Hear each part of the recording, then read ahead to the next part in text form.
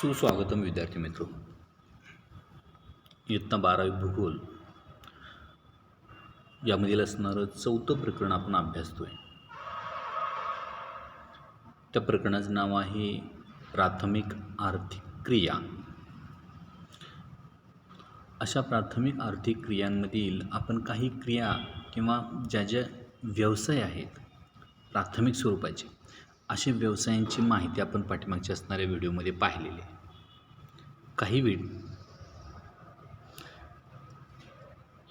काही व्यवसायांची माहिती पाहिलेली आहे. त्यामध्ये शिकार असेल, फळे कंदमुळे गोळा करणे असेल, पशुपालन, मासेमारी, खाणकाम, अशी वेगवेगळ्या प्रकारचे आपण प्राथमिक स्वरूपाची असणाऱ्या व्यवसायांची माहिती अभ्यासलेली आहे. त्यामध्ये आणखीन एक म्हणजेच शेवटचा 7 क्रमांकाचा असणारा हा जो शेती हा प्राथमिक व्यवसाय आहे, या व्यवसायाची देखील आपल्याला माहिती अभ्यासायची. आता शेती म्हटलं की आपल्याला माहिती आहे आपण सर्व ग्रामीण भागातले आहे. सर्वांना शेतीबद्दल काय आहे, बरीच काही माहिती आहे. म्हणजेच जे काही नैसर्गिकरित्या असणाऱ्या साधनसंपत्तीचा वापर करून वेगवेगळ्या पिकांचं उत्पादन घेतलं जातं, अशा व्यवसायाला आपण प्रामुख्यानं शेती असं म्हणतो. नैसर्गिक साधनसंपत्तीचा वापर करून वेगवेगळ्या घटकांचं किंवा वेगवेगळ्या पिकांचं उत्पादन घेतलं जातं, त्यांना आपण काय म्हणतो आहे, शेती असं म्हणतो. आज आपल्याकडे देखील शेती पिकवली जाते. अगदी त्याचप्रमाणे जगामध्ये देखील हा व्यवसाय केला जातो. शेती हा जर व्यवसाय पाहिलं तर मानवाचा मूलभूत व्यवसाय म्हणून देखील ओळखलं जातं. अत्यंत महत्त्वाचा आणि सर्वत्र केला जाणारा व्यवसाय म्हणून देखील शेतीकडे पाहिलं जातं. या प्राथमिक व्यवसाय काय आहे, जगामध्ये सर्वत्रच केला जातो. सध्या जगातील जास्तीत जास्त लोकसंख्या या शेती व्यवसायाकडं गुंतलेली आहे. ही प्रत्यक्ष किंवा अप्रत्यक्षरित्या शेती व्यवसायामध्ये गुंतलेली आहे. प्रत्यक्ष म्हणजे प्रत्यक्ष जो शेत मालक आहे तो किंवा त्याचं असणाऱ्या कुटुंबातील इतर सदस्य हे काय झालेले आहेत, शेतीमध्ये गुंतलेले आहेत किंवा शेती व्यवसाय करत आहेत. त्याचप्रमाणे ज्यांना काही क्षेत्र नाही किंवा शेती नाही आहे, असे जे काही गरीब किंवा गरजू जी लोक आहेत, हे काय करतात, इतर लोकांच्या शेतामध्ये मजुरीनं किंवा हजेरीत त्या ठिकाणी काय करतात, कामाला जातात. मग असे देखील जे काही अप्रत्यक्षरित्या शेतीवर अवलंबून असणारे जे लोक आहेत, हे जगातील जास्तीत जास्त लोक या शेती व्यवसायामध्ये गुंतलेले आहेत. आणि या शेती व्यवसायातून मानवाचा अन्न, वस्त्र यासारखे ज्या मूलभूत गरजा आहेत, या प्रामुख्यानं काय केले जात आहेत, पूर्ण केल्या जात आहेत. आज अन्न मानवाला गरज आहे, शेतीतून मिळतं आहे. त्याचप्रमाणे वस्त्राची गरज आहे. वस्त्र म्हणजेच कापूस उत्पादन होतं आहे, रेशीम उत्पादन होतं आहे आणि त्यापासून कापड विणलं जातं आहे आणि ते मानवानं काय केलेलं आहे, परिधान केलेलं आहे. म्हणजेच अन्न, वस्त्र यासारख्या ज्या प्राथमिक स्वरूपाच्या किंवा अतिशय महत्त्वाच्या असणाऱ्या मूलभूत गरजा आहेत, या गरजा आपल्या काय होत आहेत, या शेतीच्या माध्यमातून पूर्ण होत असलेले दिसतात. एवढंच नाही तर वेगवेगळ्या प्रकारचे व्यवसाय देखील आहेत, म्हणजेच उद्योगधंदे आहेत. मग अशा उद्योगधंद्यांमध्ये या शेतीतून मिळणारा जो काही उत्पादन आहे, मग हे जे उत्पादन आहे हे काय आहे, त्या उद्योगधंद्यामध्ये वापरलं जाणारं कच्चा माल आहे. म्हणजेच कच्चा माल तयार करण्याचं क्षेत्र म्हणून देखील या शेती व्यवसायाकडे पाहिलं जातं. उदाहरणार्थ साखर कारखाने आहेत. या साखर कारखान्यांमध्ये आवश्यक असणारा जो कच्चा माल आहे, प्रमुख कच्चा माल काय आहे, ऊस आहे. मग या ऊसाचं उत्पादन देखील कुठं घेतलं जातं आहे, शेतीमध्ये घेतलं जातं आहे, जमिनीमध्ये घेतलं जातं आहे. म्हणजेच साखर कारखाने चालवण्यासाठी कच्चा माल त्या ठिकाणी शेतीतून उत्पादित होतो आहे. त्याचप्रमाणे सुतीवस्त्र उद्योग आहेत. या सुतीवस्त्र उद्योगासाठी देखील कच्चा माल अपेक्षित आहे, तो म्हणजे कापूस. मग हा कापूस देखील काय होतो आहे, शेतीतून त्या ठिकाणी उत्पादित केला जातो आहे आणि त्यावर आधारित हा सुतीवस्त्र उद्योग चालतो आहे. म्हणजे असे जे काही दुय्यम स्वरूपाचे जे काही व्यवसाय आहेत, अशा व्यवसायांना आवश्यक असणारा कच्चा माल या शेतीच्या माध्यमातून पुरवला जातो आहे किंवा मिळतो. शेती हा शब्द जर पाहिलं तर खऱ्या अर्थाने लॅटिन भाषेतील असणारे ॲग्री व कल्चर अशा 2 वेगवेगळ्या शब्दांपासून बनलेला आहे. शेती हा शब्द काय आहे, जे लॅटिन भाषेतील असणारे ॲग्री हा शब्द आणि कल्चर या शब्दापासून बनलेला आहे. ॲग्री या शब्दाचा अर्थ जर पाहिला तर मृदा आहे आणि कल्चर या शब्दाचा अर्थ जर पाहिला तर लागवड आहे. म्हणजे मृदेमध्ये केलेली लागवड यालाच आपण काय म्हणतो आहे, शेती असं म्हणतो आहे. शेतीमध्ये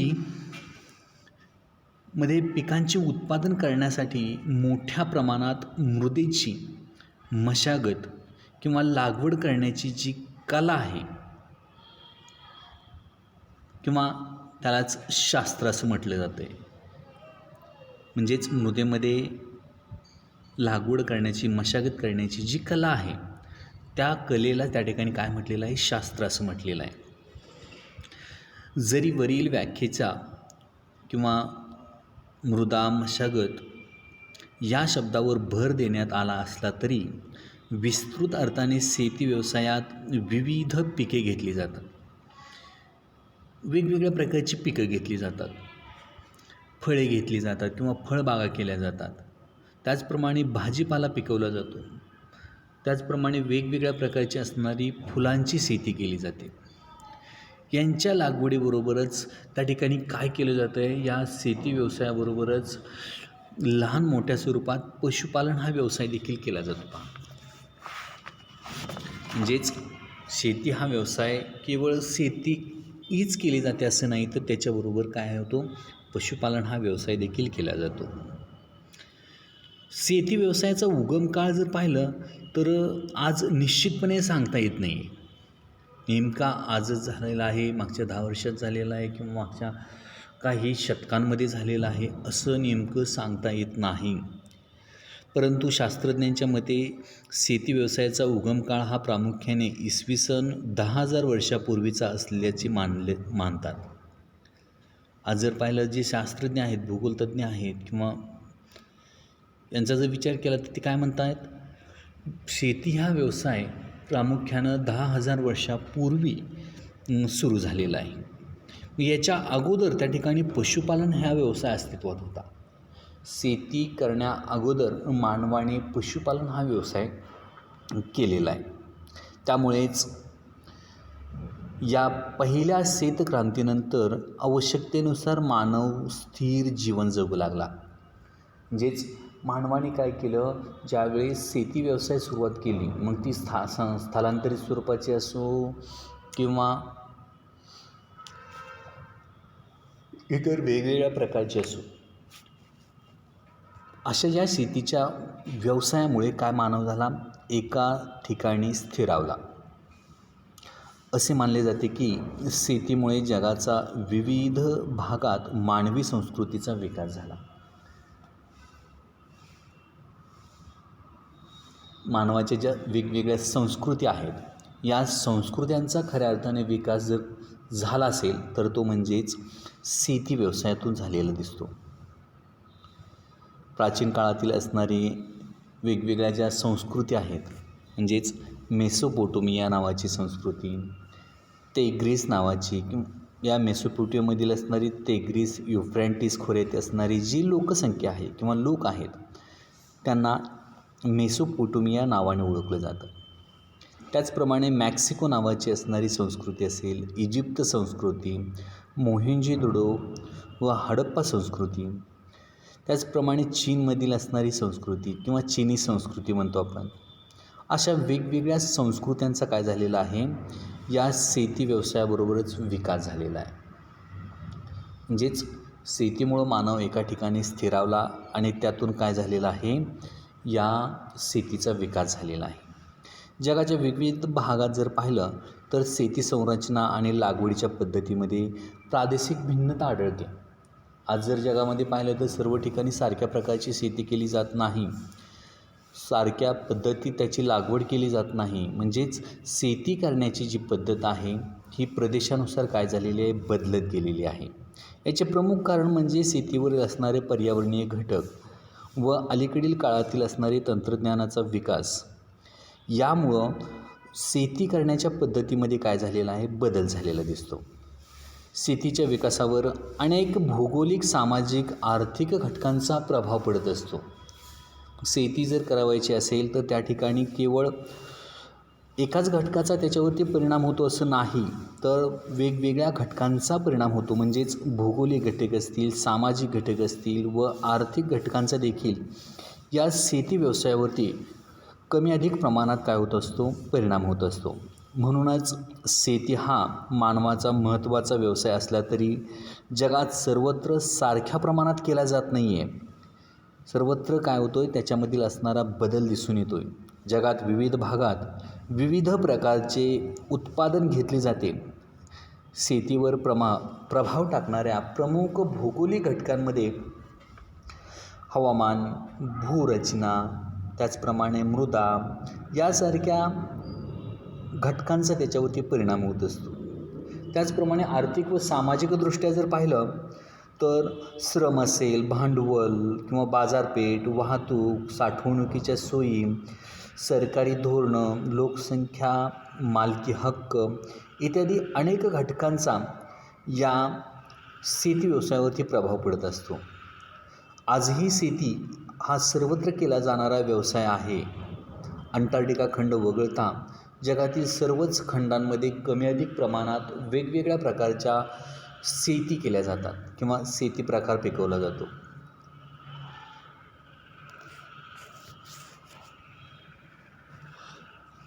सन 2010च्या सांख्यिकी माहितीनुसार जर पाहिलं तर विकसनशील देशामध्ये शेती क्षेत्राशी निगडीत असलेल्या लोकांचं प्रमाण काय झालेलं आहे, जास्त आहे.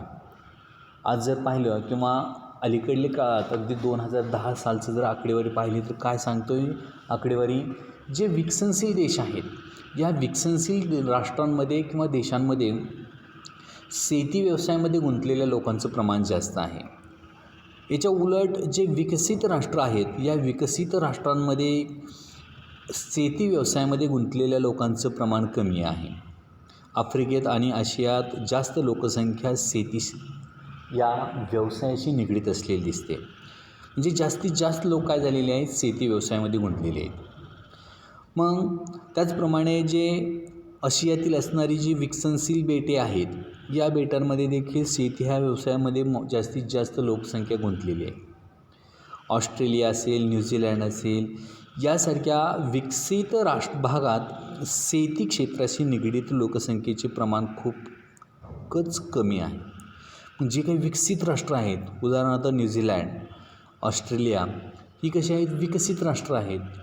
लोकसंख्येच्या मानानं किंवा असणारं साधनसंपत्ती जास्त आहे, योग्य असं हवामान आहे आणि त्याचमुळं या राष्ट्रांमध्ये काय झालेलं आहे, खूप मोठ्या प्रमाणात विकास झालेला आहे. आणि अशा राष्ट्रांमध्ये शेती व्यवसायामध्ये गुंतलेल्या लोकांचं प्रमाण काय आहे, कमी आहे. म्हणजेच शेती व्यवसाय हा कमी अधिक प्रमाणात सर्वत्र केला जातो. उत्तर अमेरिका, युरोप शेती क्षेत्रामध्ये गुंतलेल्या लोकांचे जर प्रमाण जर पाहिलं तर खूपच कमी आहे. जे उत्तर अमेरिका असेल किंवा युरोप असेल ही कशी आहेत, अतिविकसित असणारी राष्ट्र म्हणून ओळखली जातात. या राष्ट्रांमध्ये सर्वांगीण विकास घडून आलेला आहे किंवा झालेला आहे आणि त्याचमुळं त्या असणाऱ्या राष्ट्रांमध्ये शेती व्यवसाय हा कमी प्रमाणात किंवा शेती व्यवसायामध्ये गुंतलेल्या लोकांचं प्रमाण काय आहे, कमी आहे. मग अशी ही जी शेती आहे या शेतीचे प्रकार पडतात. आज जर पाहिलं तर शेती हा मानवाचा सर्वात प्राचीन जरी व्यवसाय असला तरी विविध प्रदेशातील भौगोलिक आणि सांस्कृतिक भिन्नतेमुळे जगातील विविध प्रदेशांमध्ये शेती पद्धती वेगवेगळ्या उदयास आलेल्या आहेत. आज कशामुळं या शेती पद्धतीमध्ये भिन्नता आढळते? त्या ठिकाणचे असणारे भौगोलिक घटक किंवा भौगोलिक परिस्थिती स्थानानुसार बदलते आणि त्यानुसार त्या ठिकाणी शेती केली जाते किंवा पिकांची लागवड करावी लागते. किंवा सांस्कृतिक जी भिन्नता आहे, या भिन्नतेमुळे देखील काय होतं आहे, शेती हा व्यवसायामध्ये बदल झालेला दिसतो. त्यामुळेच काय झालेलं आहे, शेती प्रकारांचे वर्गीकरण करणे काहीसे गुंतागुंतीचे झाले आहे.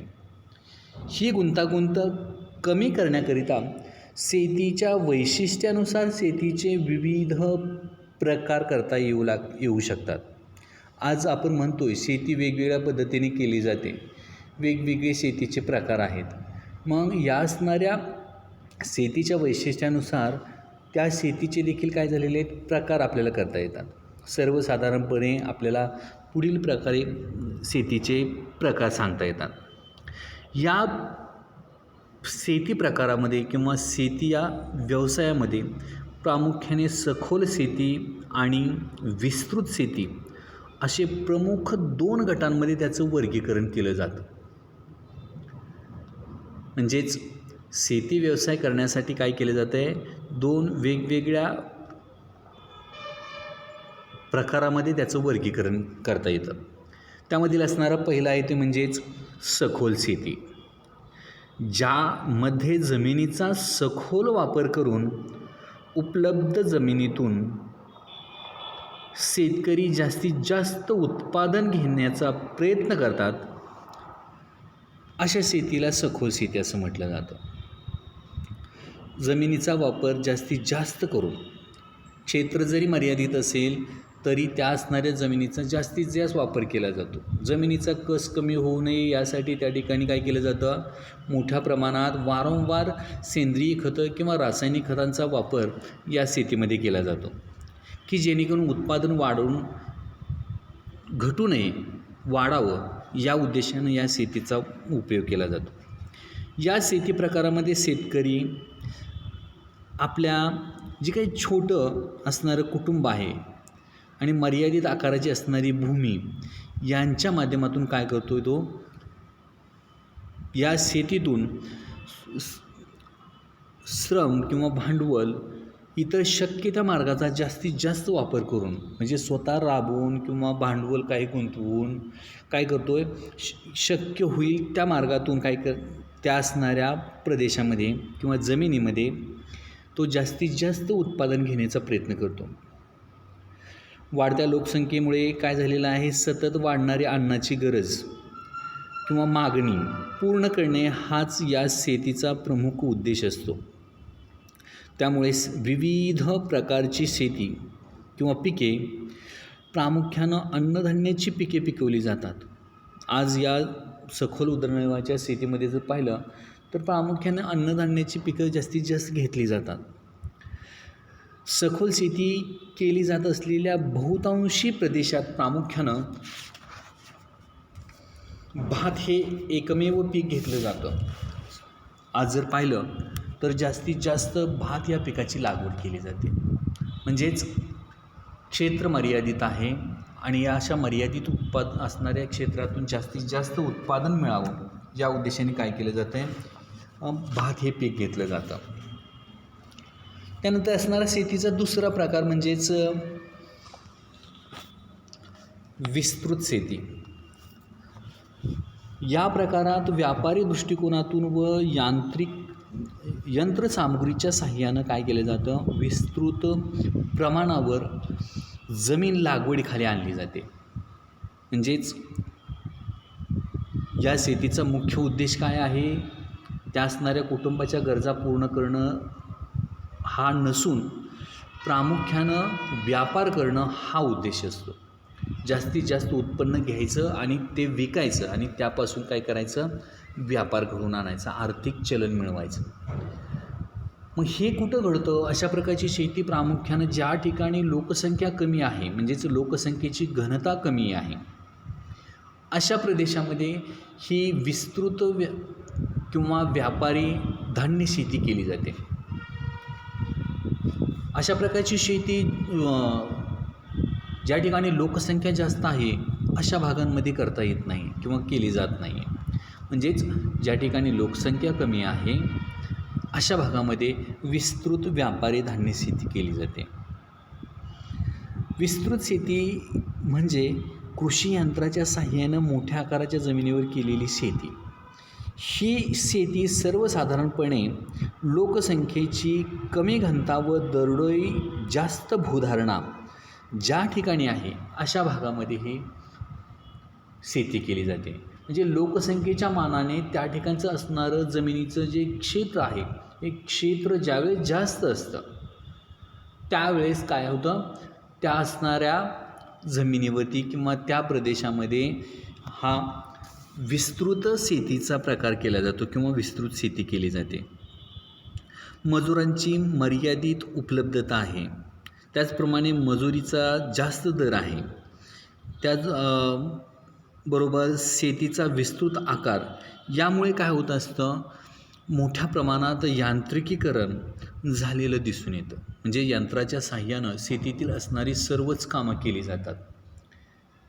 जी काही मशागत असेल, पेरणी असेल किंवा त्याची संयुक्तिकरित्या कापणी मळणीची जी प्रक्रिया आहे संयुक्तिकरित्या म्हणतो आहे, म्हणजे दोन्ही एकत्रित काम केलं जातं. कापण्याचे कार्य केलं जातं आणि मळणी मिश्रण करण्याचं ते धान्यात रूपांतर करण्याचं देखील कार्य केलं जातं. उदाहरणार्थ आपल्याकडं ज्या गहू काढायला येणाऱ्या ज्या मिशनी असतात मोठ्या, त्या काय करतात, गहू काढतात देखील आणि त्यापासून धान्यात त्याचं रूपांतर देखील करतात, म्हणजेच धान्य देखील तयार होतं. अशी संयुक्तिकरित्या प्रक्रिया करणारी जी यंत्र आहेत या यंत्रांचा काय केलं जातो, मोठ्या प्रमाणात त्या प्रदेशामध्ये शेती व्यवसायासाठी वापर केला जातो.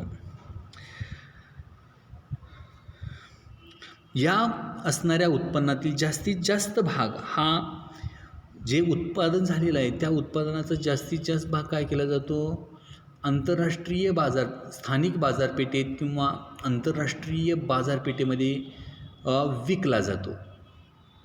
म्हणजेच त्या शेतीचा उद्देशच असा आहे की विकण्यासाठी केवळ शेती केली जाते. जे काही धान्य उत्पादन होतं त्या धान्याचं उत्पादन झालेलं जे उत्पन्न आहे हे विकणं आणि त्यापासून आर्थिक चलन उभा करणं किंवा मिळवणं हा एकमेव त्या ठिकाणी काय असतो, या शेती व्यवसायाचा उद्देश असतो. मग या असणाऱ्या शेती व्यवसायामध्येच उदरनिर्वाहाची शेती देखील असते. त्यामध्ये पशुपालन हा देखील व्यवसाय केला जातो. अगदी स्थलांतरित प्रकारची शेती केली जाते. म्हणजेच केवळ या असणाऱ्या स्थलांतरित प्रकारच्या शेतीमध्ये किंवा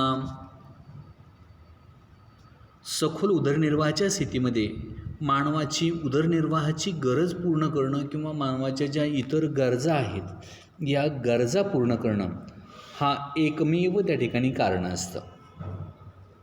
त्यामधील असणारं स्थलांतरित शेती जर पाहिलं तर जगामध्ये विविध भागामध्ये केली जाणारा हा शेतीचा प्रकार आहे. अगदी विषुववृत्तीय पर्जन्य छायेचा जो प्रदेश आहे किंवा ज्या ठिकाणी मोठ्या प्रमाणात पाऊस पडतो अशा भागांमध्ये जो सखल भाग आहे या सखल भागामध्ये स्थलांतरित प्रकारची शेती केली जाते. या शेतीलाच आदिम प्रकार म्हणून देखील ओळखला जातो. अगदी सुरुवातीचा प्रकार शेती व्यवसायातील असणारा सुरुवातीचा प्रकार म्हणून या असणाऱ्या शेतीकडे पाहिलं जातं.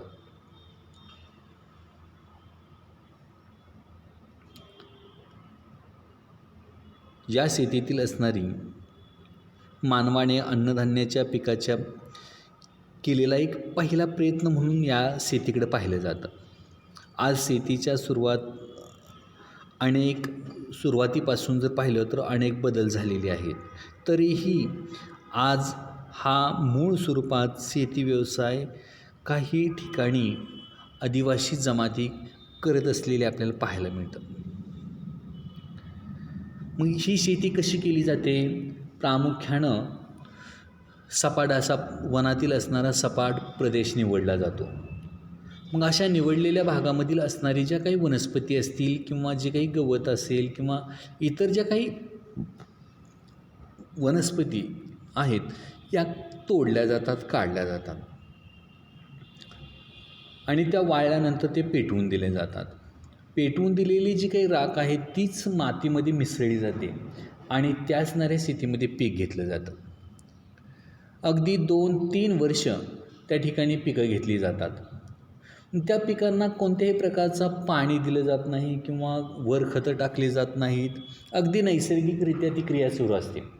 पाऊस पडण्याच्या आधी बिया रुजवल्या जातात, मुजवल्या जातात आणि पाऊस पडल्यानंतर ते उगवून येऊन त्याच्यातून असणारं उत्पादन मिळतं. म्हणजेच केवळ पूर्णतः नैसर्गिक पद्धतीनं निसर्गावर आधारित त्या असणारी शेती केली जाते. कालांतराने काय होत असतं, त्या असणाऱ्या शेतीतील उत्पादन कमी होतं. 2-3 वर्षानंतर कमी होतं. काय कमी होतं तर त्या असणाऱ्या मृदेतील सुपीकता कमी होती. सुपीकता कमी झाल्यानंतर उत्पादन कमी होतं आणि म्हणूनच ते क्षेत्र सोडून अगदी त्याच प्रकारचं क्षेत्र इतर भागांमध्ये निवडलं जातं आणि त्या ठिकाणच्या असणाऱ्या वनस्पती तोडल्या जातात, जाळल्या जातात. त्या ठिकाणी देखील 2-3 वर्ष शेती केली जाते. कालांतराने त्या ठिकाणच्या असणाऱ्या शेतीतील असणाऱ्या मृदेचं देखील काय होते, सुपीकता कमी होते. पुन्हा ते ठिकाण देखील जे दुसरं ठिकाण आहे ते ठिकाण देखील 2-3 वर्षानंतर बदललं जातं. बदललेले ठिकाण अगदी वारंवार 2-3 वर्षांनी ठिकाणं काय होतात किंवा शेतीचं असणारं क्षेत्र बदललं जातं. म्हणजेच वारंवार त्या शेतीचं काय होतं, एक प्रकारे स्थलांतर केलं जातं. कालांतराने अगदी 10-12 वर्षानंतर पुन्हा अगदी सुरुवातीला ज्या ठिकाणी शेती केलेली होती त्या शेतीच्या प्रदेशामध्ये काय केलं जातं, पुन्हा शेती पिकवली जाते. कारण 10-15 वर्षाच्या कालावधीमध्ये पुन्हा त्या असणाऱ्या जमिनीची सुपीकता वाढू शकते किंवा वाढते. ऊन, वारा, पाऊस किंवा जे काही वेगवेगळ्या वनस्पती आहेत या वनस्पतींचा पालापाचोळा कुजल्यामुळे त्या असणाऱ्या प्रदेशातील काय होतं, शेती वाढते किंवा उत्पादन वाढतं आणि मग त्या ठिकाणी शेती केली जाते. अशी जी शेती केली जाते त्याला स्थलांतरित शेती असं म्हटलं जातं. मग या शेतीतून काय होत असतं, मृदेचं अपक्षरण होतं. म्हणजे मृदा मोठ्या प्रमाणात वाहून जाते. जमिनीची अवनती होते. म्हणजेच जमीन काय होते, त्या ठिकाणी एक प्रकारे जमिनीचे देखील नुकसान होतं. त्याचप्रमाणे मौल्यवान जंगल संपत्तीचा ऱ्हास होतो. आज जी वनांमध्ये असणारी मौल्यवान अशी वनस्पती आहेत, या वनस्पतींमध्ये काही अशा वनस्पती आहेत, औषधी आहेत किंवा काही सुगंधी आहेत किंवा अनेक काही वेगवेगळ्या कारणांसाठी अपेक्षित असणाऱ्या वनस्पती आहेत. या वनस्पती काय केल्या जातात, तोडल्या जातात आणि विनाकारण त्या जाळून टाकल्या जातात. मग अशा या वनस्पतींचं एक किंवा नैसर्गिक साधनसंपत्तीचं काय होतं आहे, एक प्रकारे काय होतो आहे, ऱ्हास होत चाललेला आहे. एवढंच नाही तर या स्थलांतरित शेतीमुळे काय झालेलं आहे, या प्रदेशातील असणारी जी काही वनांमध्ये राहणारे जे वेगवेगळ्या प्रकारचे पशु आहेत, प्राणी आहेत, या प्राणीमात्रांच्या जीवनावरती देखील किंवा त्यांच्यावरती मोठ्या प्रमाणात परिणाम झालेला आहे. आज या वनांचं अस्तित्व म्हणजेच त्या ठिकाणी वेगवेगळ्या प्राण्यांचं आणि पक्ष्यांचं काय आहे, घर आहे. मग हे घरच त्या ठिकाणी त्यांचं उद्ध्वस्त केल्यानंतर ते काय होणार आहेत, त्यांच्या मूळ ठिकाणाहून दुसऱ्या ठिकाणी जाणार आहेत किंवा स्थलांतरित होणार आहेत. मग अशा वेळेस त्या प्राण्यांचे देखील काय होतं, मोठ्या प्रमाणात त्यांच्यावरती परिणाम होत असलेला दिसतो. म्हणजेच एक प्रकारे जर पाहिलं तर ही स्थलांतरित प्रकारची जी शेती आहे, ही शेती हानिकारक शेती म्हणून ओळखलं जातं. मग अशा प्रकारची असणारी शेती ही जगामध्ये काही ठराविक भागांमध्येच केली जाते. मग त्यामध्ये विषुववृत्तीय प्रदेशातील असणारे आग्नेय आशिया व मध्य दक्षिण अमेरिका, आफ्रिका या असणाऱ्या प्रदेशामध्ये या शेतीचा विकास झालेला आहे किंवा शेती व्यवसाय केला जातो. मग अशी जी शेती आहे सर्व भागांमध्ये केली जाते असंही नाही, काही ठराविक भागामध्ये केली जाते स्थलांतरित शेती. मग त्या भागांमध्ये काही ठराविक भागांमध्ये देखील त्या शेतीला काय झालेलं आहे, वेगवेगळ्या प्रकारची नावं आहेत. शेती करण्याची जी स्थलांतर शेती पद्धत आहे त्या शेतीला देखील काय आहेत, वेगवेगळ्या नावाने ओळखलं जातं. मग त्यामध्ये जर पाहिलं, मध्य अमेरिकेमध्ये मिल्पा या असणाऱ्या शेती म्हणून ओळखली जाते.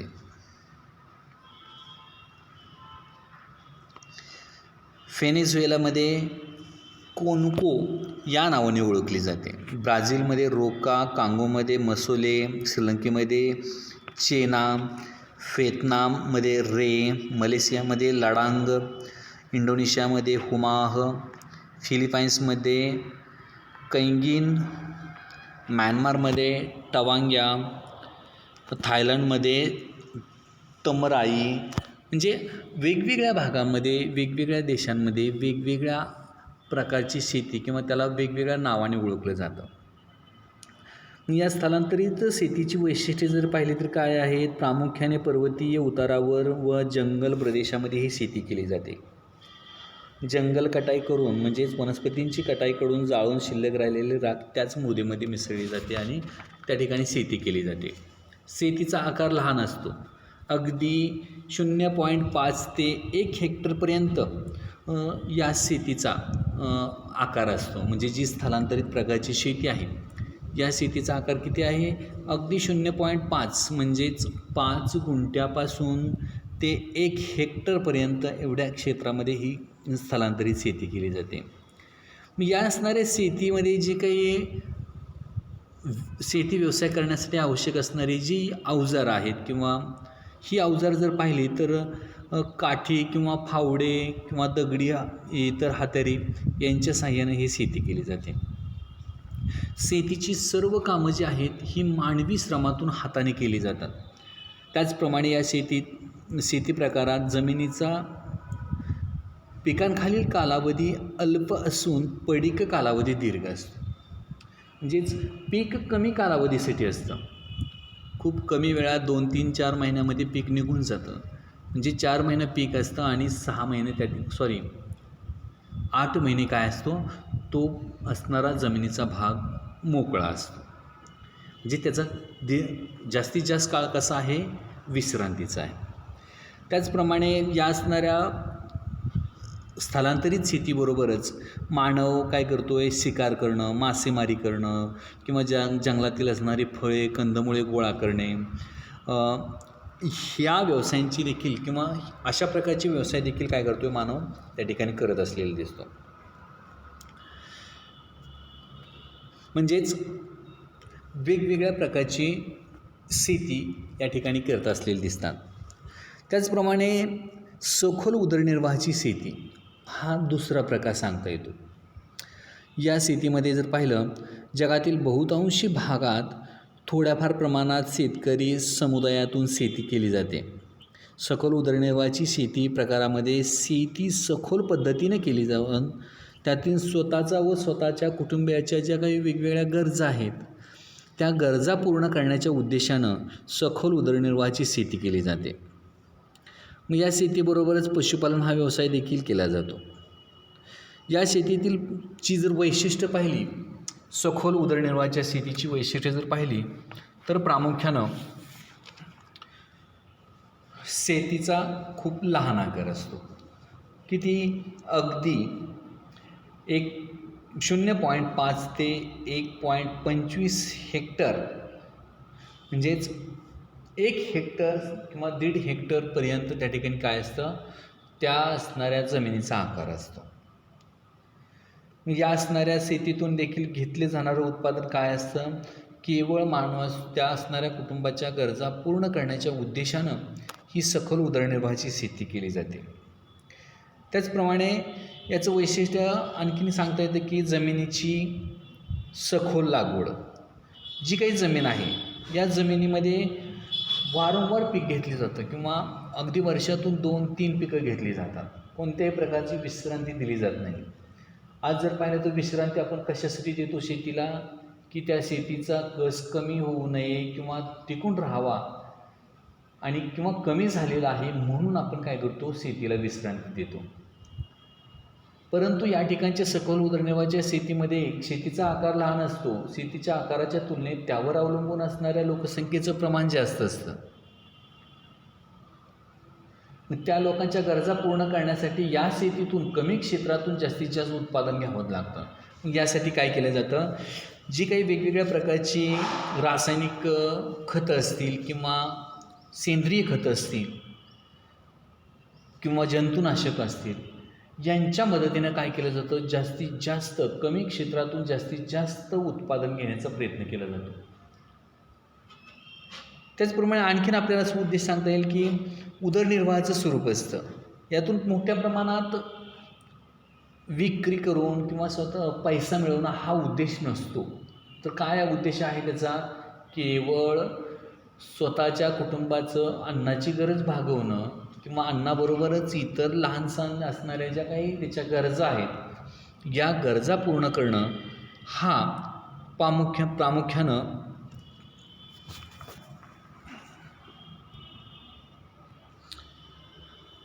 ज्या गरजा आहेत या गरजा प्रामुख्याने काय केल्या जातात, पूर्ण करण्याचा प्रयत्न केला जातो.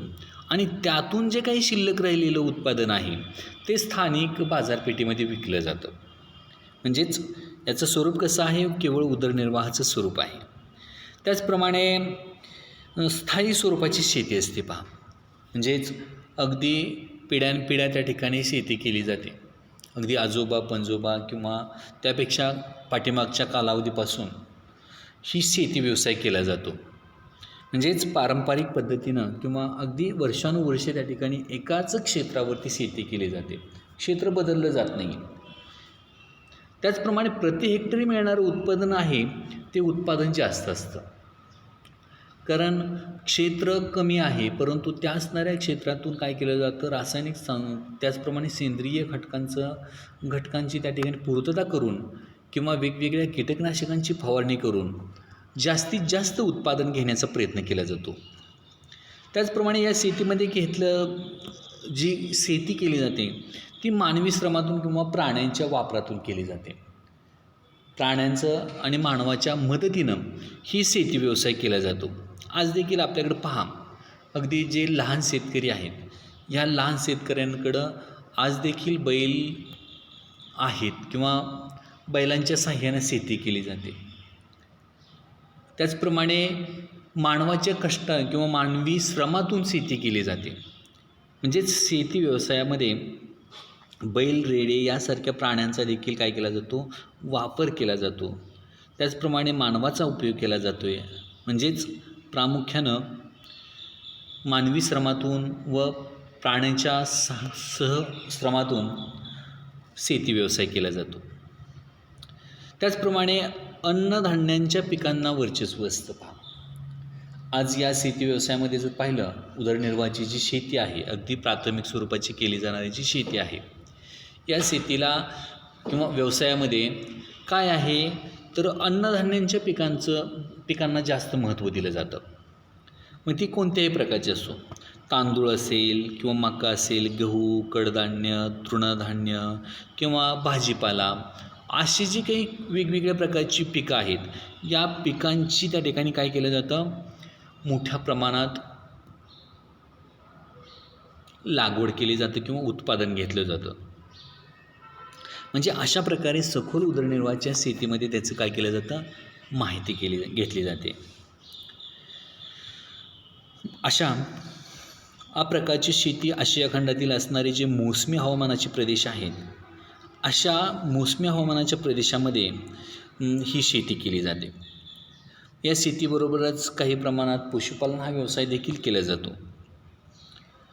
मग यामध्ये चीन, जपान, कोरिया, पाकिस्तान, भारत, श्रीलंका, आग्नेय आशियातील जावा, लुझॉन किंवा सुमात्रा, मलेशिया यासारखी जी काही बेटं आहेत किंवा बेट समूह आहेत, या बेट समूहांच्या भागामध्ये देखील ही सखोल उदरनिर्वाहाची शेती केली जाते.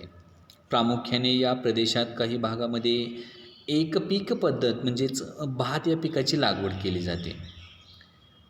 काही भागांमध्ये काय होतं, केवळ भाताचीच लागवड केली जाते. त्याचप्रमाणे जे काही गंगा नदी किंवा ब्रह्मपुत्रा नदी या नद्यांच्या भागांमध्ये म्यानमारमध्ये जे काही प्रदेश आहेत या प्रदेशामध्ये काय केले जाते, हा सखोल उदरनिर्वाहाच्या शेतीचा मोठ्या प्रमाणात उत्पादन घेतलं जातं. त्यामध्ये अशी काही क्षेत्र आहेत, त्यामध्ये गहू, बार्ली, ज्वारी, कडधान्य किंवा तृणधान्य, चीन यासारखी जी उत्पादनं आहेत ही उत्पादनं देखील घेतली जातात. म्हणजे प्रदेशानुसार वेगवेगळ्या भागामध्ये वेगवेगळ्या प्रकारची पिकं घेतली जातात. त्यामध्ये उत्तर चीन, मान्सूरिया, उत्तर कोरिया, उत्तर जपान आणि भारतातील पंजाबच्या राज्यामध्ये गहू, सोयाबीन, बार्ली या पिकांची लागवड केली जाते. भारताच्या दख्खनचे जे भारताचं पठार आहे त्यामध्ये तृणधान्य पिकं घेतली जातात. खंडांतर्गत भागामध्ये म्यानमारमध्ये किंवा शुष्क पट्ट्यांमध्ये थायलंडमध्ये, कोरिया, लाओस, व्हिएतनाम यासारख्या भागामध्ये ज्वारी, मका, भुईमूग, ऊस, तेलबिया यांसारख्या पिकांची काय केली जाते, लागवड केली जाते. म्हणजेच सखोल उदरनिर्वाहाची शेती अनेक वेगवेगळ्या देशांमध्ये जरी केली जात असली तरी त्या असणाऱ्या देशांमध्ये देखील घेतली जाणारी पिकं कशी आहेत, हवामानाला म्हणजेच भौगोलिक घटकांना अनुसरून घेतली जातात. वेगवेगळ्या प्रकारची त्या ठिकाणी काय केली जातात, पिकं घेतली जातात. ठीक आहे, थांबूया या ठिकाणी.